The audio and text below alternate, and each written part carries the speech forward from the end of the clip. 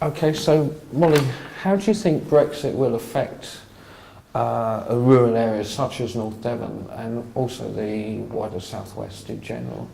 Well, the EU is well known as having given a lot of support to farmers in terms of direct payments and also in terms of support for rural development. And all of that is at issue now because we'll be leaving the European Union, and so the Common Agricultural Policy will no longer apply. So the government has promised that they'll replace all that money with money from UK sources, but you've got to say that they're then going to be trading that off against other people who want money, whether it's for hospitals or for support for other industries. And so I think the position of farmers really does look quite insecure in the situation of Brexit. Right, okay. So what do you think needs to be done, and what are the dangers perhaps if changes are not made in time? Well, one of the things I'm trying to do as a Green MEP is firstly pin the government down and make sure they do continue to put that money into the farming sector. But I think it should be directed in a different way, because at the moment the payments are associated with the land. So the more wealthy you are as a farmer and the more land you own, the more money you receive. And I think that's just basically an unfair and rather daft system. And so what we're suggesting is we need to move towards a farm support system where you get rewarded for providing environmental and social benefits. So, for example, if you farm in such a way that you hold carbon in your soil, or you manage to hold floodwater back when there's heavy rainfall, then that's the sort of thing you'd be paid for as a farmer, not just for farming and for owning land.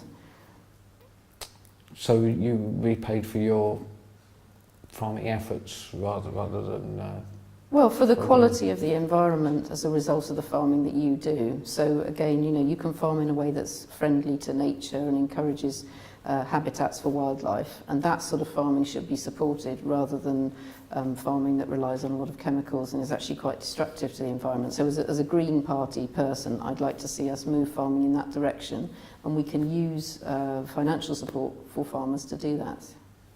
Do you think with farm subsidy post-Brexit being paid from our own government, the money could be more directed at wildlife and environmental benefits? Well, we've had quite a lot of discussions coming forward from the RSPB and also from some government ministers saying that they would like to see better support for the environment and also better standards of animal welfare. And so, you know, I'm quite hopeful that they might want to move us in that direction, but I think we really need to keep the pressure on as people who care about our environments, and also as NGOs and other groups that support nature and wildlife. We need to make sure that they don't renege on those promises, or worse still, abandon the farmers altogether.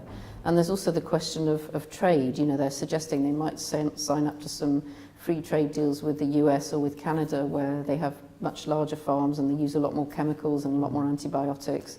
I think we need to be really careful that we don't move into a future where we have very poor quality food being imported that then puts pressure on our own farmers to lower their standards.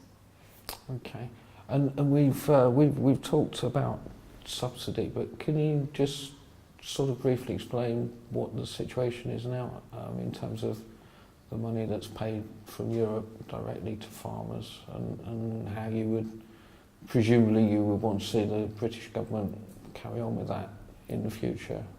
Yeah, well, I certainly think that we should be supporting farmers, because if we don't support them financially, then we're going to move towards a situation where we just have much larger farms. And in the context of the Southwest, that's not really viable anyway, because of the nature of farming that we do here. We can't really have the sort of huge farms that they can maybe have in East Anglia and that we see in the Canadian prairies, for example. So that kind of economies of scale isn't really possible for our farmers. So yeah, I think we definitely need to go on supporting them. I can imagine other politicians might not be arguing for that, and the whole issue of Brexit has left farmers a bit vulnerable, really, because in a European context, other European countries value their farmers very highly and they're important political players, and that's not really the case in the UK. But, you know, as a Green, I'm definitely going to be arguing that farmers should get that support, but in return they need to be offering benefits to society, and particularly improving the quality of environments. Do you think Brexit is an opportunity to further preserve, you know, the uniqueness of landscapes such as North Devon, or will there be threats to, you know, the future to its future, you know, without EU support?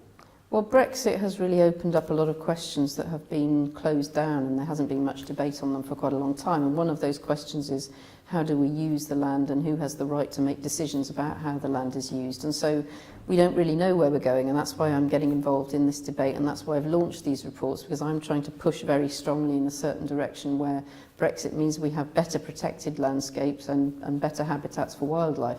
But we could also see a situation where if we get into a sort of free trade system and we allow cheap imports to come in, then there'll be pressure on farmers to cut animal welfare standards and to produce more pollution into the environment and actually have worse farming practices. So, you know, we're kind of on the edge at the moment. We don't know which way it's going to go, but I think people who live in North Devon and value their landscape should get involved in pressuring their own MPs and making sure that we go in the right direction. Okay, and can you briefly describe for me the two reports that you've had commissioned, and you know what you hope you know they'll achieve? Will they highlight the issue, do you think, for people?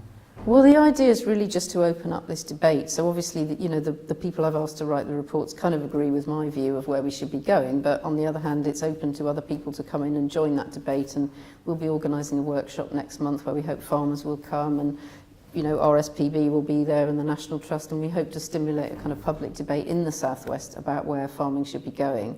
So the two reports, one's written by Simon Fairley, who works with the Land Workers Alliance. So that's fairly small-scale farmers, very environmentally focused, and there's a lot of emphasis there on farming in a way that actually helps to tackle climate change. So making sure that when you farm you take into account the capturing of carbon and also other environmental benefits like retention of floodwater and so on. And the other report is written by the Soil Association, and their focus is much more on agroforestry, so bringing trees back into the picture with farming and also focusing on organic farming and the benefits that can bring us. And they're also very concerned to reduce the amount of antibiotics that we use in our farming. So both the reports have quite a strong environmental focus, but I would say that the report from Simon Fairley is more focused on the importance of farming livelihoods and really restoring life to our countryside. So making sure that more people live on the land and actually earn their livelihood from the land as well. Whereas the second one is probably more focused on, you know, reducing chemical use and focusing more on organic farming. But I'd like to encourage people to go to my website and look at both the reports and join in the debate, really. Okay, my final question. With agriculture being made up of a high proportion of older people, could this be an opportunity to reduce and direct payments to younger active farmers? Well, I think it's inevitable once you debate politically where the money goes. I don't think there'll be very many people saying, oh, let's give the Duke of Westminster a vast amount of money. You know, that kind of farm support that we've seen, I think is dead, because nobody's going to support that. So that does make more money available to support new entrants, to support younger farmers and so on. And also, you know, there's quite a lot of risk, I think, with Brexit that some farmers will become unviable. And I think that's, you know, a real problem, and I would like to support farmers and to see them continue. But there is a possibility that if some farmers can't make a living from the land, then perhaps their land will become available and we may see a decline in farm prices. So there's another possibility there that there might be opportunities for younger people who'd like to move into farming but at the moment have difficulties getting access to land. Molly, thank you very much. Thank you.